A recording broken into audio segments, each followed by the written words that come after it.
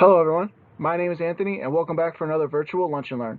This week we have a short but important topic to cover, the difference between physical activity and exercise and what you need to know.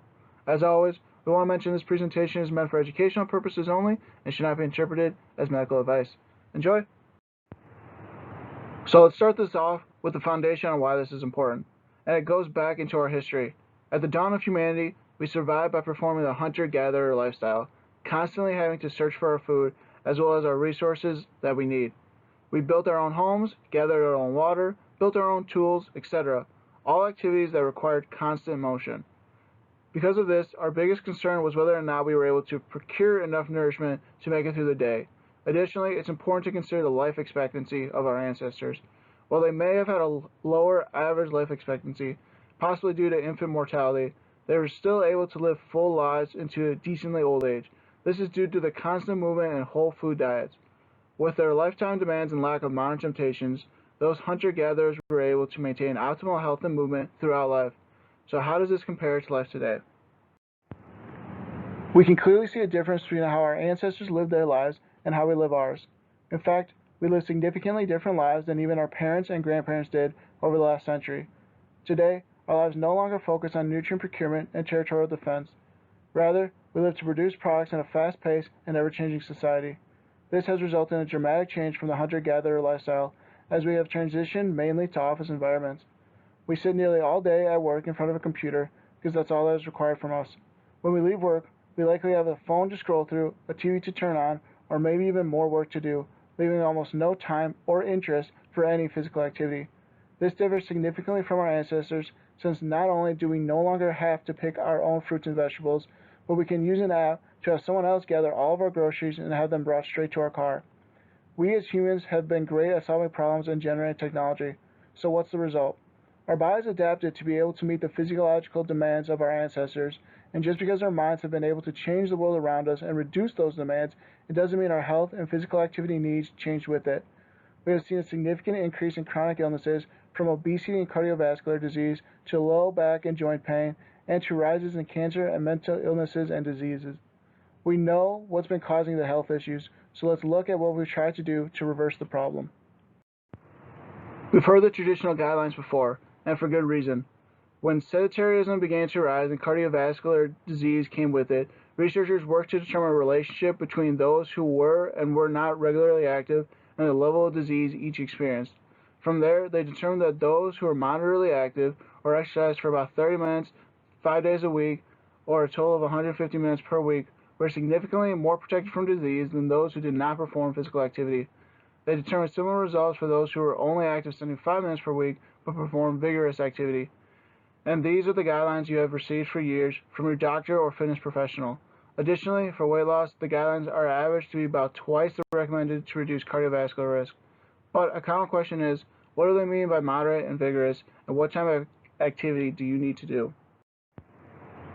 First, let's begin by defining physical activity.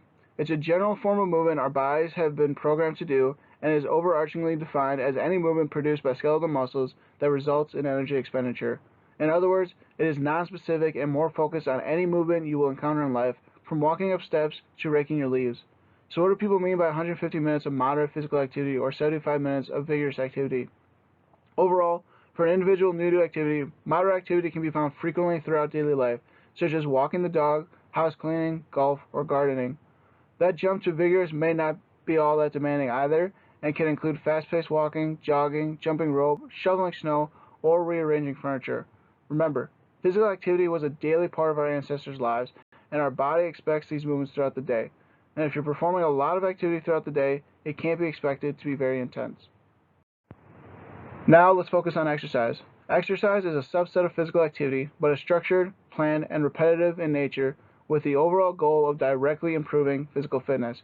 We tend to focus on training specific variables like our heart rate, VO2 max, muscular strength and endurance, plyometric ability, and agility. We set aside time for these and perform these tests with specific goals in mind. So why does this difference matter? Over time, we have significantly differentiated ourselves from the lifestyle of hunter-gatherers. From within the last century alone, we have significantly decreased in the number of active work roles, such as farming and industry. Today, our field of work focuses around a desk for almost all 8 hours of the workday, and after work, we still find ourselves sitting and lying around at home. Why is this? Why don't we find ourselves setting aside more time for physical activity? A lot of research is currently looking into the corporate world and how we use our time, and this research is constantly showing that individuals feel too busy to make time. However, labor statistics have struggled to validate this feeling, showing that some individuals actually work less than we did a few decades ago. Why might this be? With a changing economy from industrial to digital technology, work is less about daily production and rather about creative problem solving over time. Parallel with that, we also seem to have shifted our view on what it means to be a valued employee. A few decades ago, the most affluent didn't need to work much, while today we applaud those who work long hours and appear busy. As a result, we try to maintain a sense of busyness and, in fact, fear idleness. Research shows that we will do anything to avoid feelings of idleness and prefer the instant gratification of accomplishing a task, and will look to doing small things like responding to emails with little importance in the moment rather than work on long-term projects. Today's technology has also made it easier to show dedication to a job outside of the designated work hours, such as responding to emails. A significant amount of people report responding to emails on the weekend as well as on vacation. This drive to be busy results in a feeling of lack of time and thus lack of physical activity. So where do we turn? Exercise. Of course, we would greatly benefit from and should continuously strive to increase our daily physical activity naturally, but as of now, that does not seem to be the current trend in our society. And as we naturally lose our physical activity, coupled with the constant feeling of busyness, we must progress to a deliberate determination to exercise.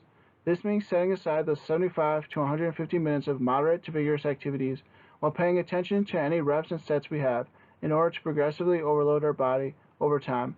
But the most important aspect to consider when transitioning from general physical activity to exercise is intensity. By intensity, we mean maximizing the level of fatigue you feel in the moment, either locally or throughout the whole body. Doing this will allow us to reap the most benefits with less time, just due to one factor, a factor we have complete control over: effort. Just like attitude and hard work, effort is the one thing you truly always have control over. You can't control what kind of day you're having or what equipment might be available, but you can choose how hard you work during that time you set aside for yourself. This doesn't mean you have to leave your next session crawling on the floor. Rather, look at intensity the same way you increase your reps and sets, gradually increasing it over time. As you try to enable a greater sense of fatigue each session, you'll be able to do more objectively with a relatively similar sense of effort. So what does this mean for you?